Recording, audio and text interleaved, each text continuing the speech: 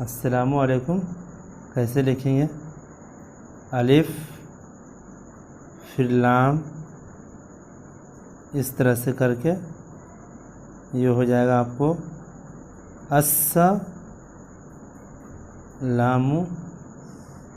इसके बाद आप यूँ करके ऐसे कर कर और ऐसे आप लिखेंगे तो ये हो जाएगा अस्सलामु अलैकुम।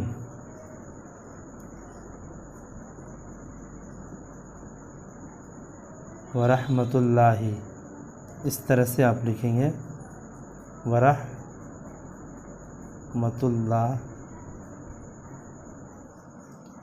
यहाँ पर आप लिख दीजिए